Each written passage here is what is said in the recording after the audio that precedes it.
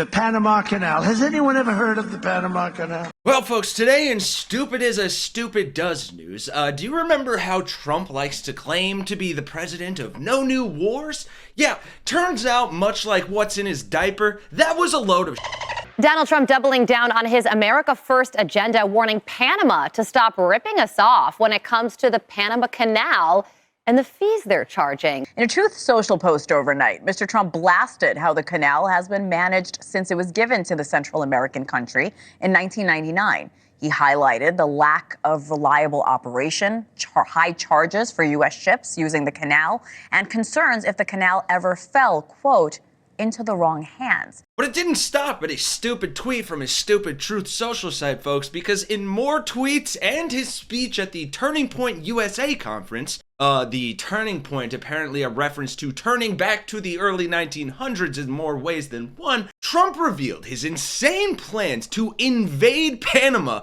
and return the canal to America by any means necessary before getting brutally roasted for his stupidity by critics online and the media, and we need to talk about it. As always, folks, no Latin American countries were invaded during the making of this video, but unless you like and subscribe, I can't make any promises. So let's start with Trump's verbal diarrhea at Turning Point, and then take a look at his illegal and immoral dumbassery getting brutally roasted by the world writ large. It's such a terrible thing is happening. The Panama Canal is considered a vital national asset for the United States of America due to its critical role of American economy, the whole world economy, and also national security. The Panama Canal. Has anyone ever heard of the Panama Canal? The dude is literally reading his own Truth Social post and can't stop slurring or messing up the words. Jesus Christ, I mean, at this point, I would almost welcome a President Musk because this dude's cognitive collapse is gonna make him a Weekend at Bernie's president anyway. But yeah, now that Biden's gone, the media doesn't talk about it anymore. Okay. Because we're being ripped off at the Panama Canal like we're being ripped off everywhere else.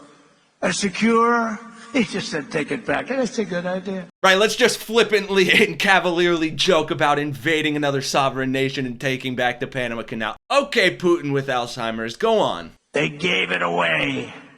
Considered one of the one of the great wonders of the world. The Panama Canal opened for business 110 years ago and was built at huge cost to the United States, and it really is big when you consider the lives and the treasure, the equivalent of $1.2 trillion today. You don't hear those numbers. 38,000 American men, almost all men, they went there to be construction workers and dig. They were diggers, and they were brave.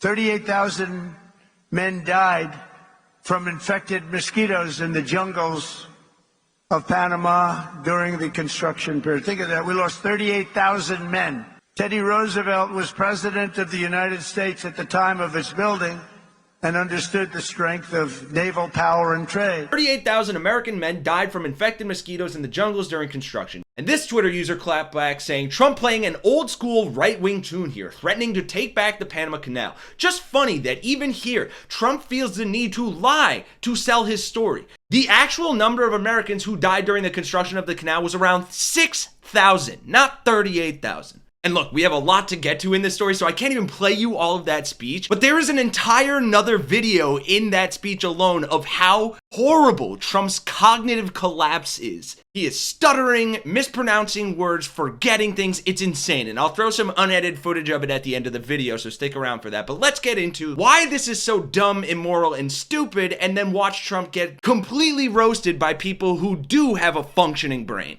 Here with us is Brett Bruin, former Director of Global Engagement for President Obama. Brett, great to see you again. Good morning. Good to be with you, Hannah. First, I want to hear your reaction when you woke up this morning, saw the headline, and help us understand why Panama matters in the big scheme of things currently. Yeah, let me just, for the audience's benefit, say in very simple terms, what Trump is proposing to do is to recolonize the Panama Canal. This is land that the U.S. took from Panama, and then we signed a treaty, and we said we would give it back to Panama after 100 years, and we did. There is no going back on that. And so what Trump is proposing, quite frankly, is both illegal, it's also immoral, and it's just not good diplomacy. So I think, while this may have been a late night inspiration, just like buying Greenland was during his last presidency, I think saner minds need to prevail here. And even though there is concern about Chinese investment in Latin America, and the concerns about prices are warranted, the way he's going about this is completely imbecilic. Oh, there's no question. And China is investing heavily in Latin America, and we've been ignoring it. They just, in fact, opened a new port in Peru that took place just in the last couple of months. They have heavy investments across Central and South America. It's important, I think, for the U.S. to engage with investment, engage diplomatically. But, these threats are not going to get us anywhere. And let's not forget here, a lot of the leaders from Mexico on downwards are leftward leaning or on the extreme left. So, Trump's threats will only play into the hands of those leaders. I served in Venezuela with Hugo Chavez at the U.S. Embassy, and I can tell you this is just fodder for those kind of leaders to attack the U.S. Is it even possible? No, is the short answer.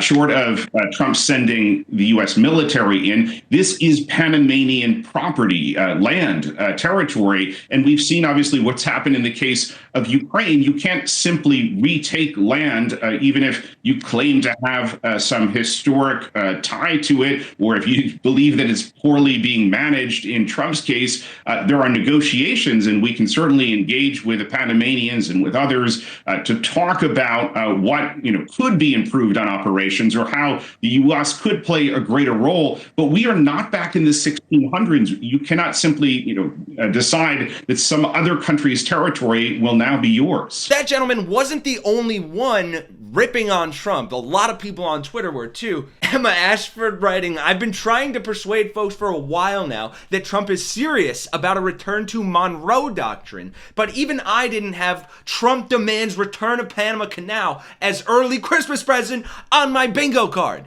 Decoding Fox News, pointing out what we're probably all thinking. Donald J. Trump, no more wars. Panama, give us back to Panama Canal. Canada, we'll just annex your whole country. Mexico, I'm sending the U.S. military in to destroy the drug cartels. Middle East, multiple countries, we will crush you. Ukraine, Russia can take it. And probably my favorite one is Ron Filipkowski saying, Trump is now apparently going to invade Panama and seize the canal after he conquers Canada and makes it the 51st state. This is unfortunately the reality we live in. Whether it's trying to buy Greenland, reclaiming the Panama Canal, he just throws this dumbassery out. And like I said, whether there are arguments for his concerns, it's hard to believe that they are concerns of his. Because while he is definitely not at the wheel of our country, given everything going on with Musk, he's also not at the wheel of his own brain. Jimmy Carter foolishly gave it away for $1. Exorbitant prices and rates of passage, which they do. They charge us like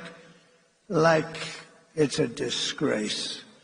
Our Navy and Commerce have been treated in a very unfair and injudicious way. So will anything come of this? Look, likely not, but it's still just so frustrating and scary to watch a cognitively declining fascist wannabe dictator, sexual assaulter, criminal felon act like a thug in charge of the biggest military in the world on the world stage day in and day out. I really don't know where to go from there, so I apologize for the incoherent ending of this video, but that's the story right now. Let me know your thoughts in those comments down below. For Really American, I'm Kenny Hesse. Please drop a like, subscribe to the channel if you're new here. We greatly appreciate it, and it really helps us grow and get this message out there. And as always, I'll see you guys in the next one.